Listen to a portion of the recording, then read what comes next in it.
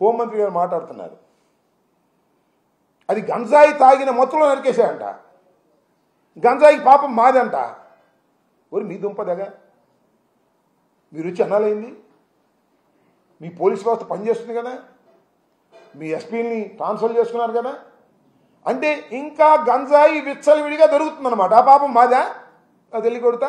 నెల 15 రోజులు నీ పరిపాలన వచ్చినా కూడా వినుకొండలో బహిరంగంగా గంజాయి దొరుకుతుందని మీరే అంగీకరిస్తే ఏం చెప్పాలి? హోంమంత్రి సాక్షాత్తు అంగీకరిస్తే ఇది ఏదో ఒక విధంగా మసిపూసి మారేడికాయ చేసి వినుకొండలో జరిగినటువంటి పొలిటికల్ హత్యని ఒక ఇండివిజువల్ హత్యగా తీర్చిదిద్దాలనేటువంటి ప్రయత్నం అటు పోలీసు వారు, ఇటు తెలుగుదేశం వారు, దాంతోపాటు హోంమంత్రి గారు, ముఖ్యమంత్రి గారు వీళ్ళందరూ ప్రయత్నం చేస్తున్నారు. దీన్ని ప్రజలు గమనించాలని ఈ సందర్భంగా మనవి చేస్తున్నాం. ఇంకా రెండో వ్యవహారం ఏంటంటే ముచ్చుమర్రి. మీ అందరికీ తెలుసు, కథనం నడుస్తూ ఉన్నది. ముచ్చుమర్రి ప్రాంతంలో ఒక బాలిక ఈ నెల 7వ తారీఖున 10 గంటలకు ఆడుకునేందుకు ఇంటి బయటకు వస్తే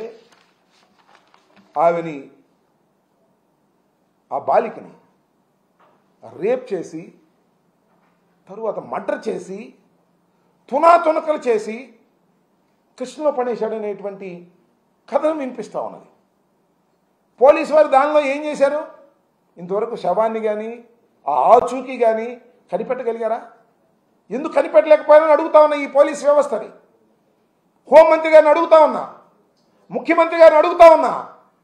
ఇదంతా పోయి నిన్న చాలా చిత్రమైన విషయం ఏంటంటే ఒక కుర్రవాడిని దురదృష్టవశాత్తు మరి అతను తీసుకొచ్చారు. వాడు అనుమానితుడని వాడు ఎరగొట్టారు. పోలీస్ స్టేషన్లో చనిపోయాడు. అతని మీద గాయాలు ఉన్నాయి. ఇది నేను చెప్తున్నటువంటి అంశం కాదు. ఇది పోలీసుల విచారణలో వ్యక్తి మృతి. ఇది ఈనాడులో వచ్చింది, వారి పత్రికలో. పోలీస్ విచారణలో వ్యక్తి మృతి. పోలీసు విచారిస్తుండగా ఆ వ్యక్తిని కొడితే ఆ వ్యక్తి మరణించినటువంటి సందర్భం. Lockup death. దళితుడు అతను. పైగా లాకప్ డెత్ చేస్తే దాన్ని మసిపూసి మారేడికాయ చేసేసి అంతటితో క్లోజ్ చేసేసి దహనం చేసేసే కార్యక్రమం చేస్తున్నారు. ఇది ప్రభుత్వ హత్య. దీని మీద న్యాయ విచారణ జరపవలసినటువంటి బాధ్యత ఉన్నది.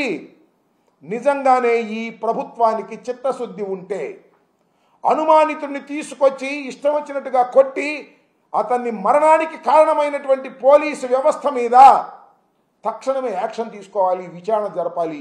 అదేం లేదు, మసిపూసి మారేడికాయ చేసేసి పక్కకు తోసేసే ప్రయత్నం చేస్తున్నారు. నేను మనవి చేస్తున్నా, దళిత సంఘాలకు కానీ, పౌర హక్కులకు సంబంధించిన వారు కానీ, సివిల్ రైట్స్కి సంబంధించిన వారు కానీ దీని మీద ఫైట్ చేయాలి, న్యాయ పోరాటం చేయాలి. అవసరమైతే కోర్టుకు వెళ్ళి ఈ లాకప్ డెత్ మీద విచారణ జరపవలసినటువంటి బాధ్యత సమాజానికి కూడా ఉంది, న్యాయ వ్యవస్థ కూడా ఉందని ఈ సందర్భంగా మనం వచ్చిన. అవసరమైతే న్యాయ వ్యవస్థ సూమోటివ్గా కూడా తీసుకున్నటువంటి సంఘటనలు ఉన్నాయి.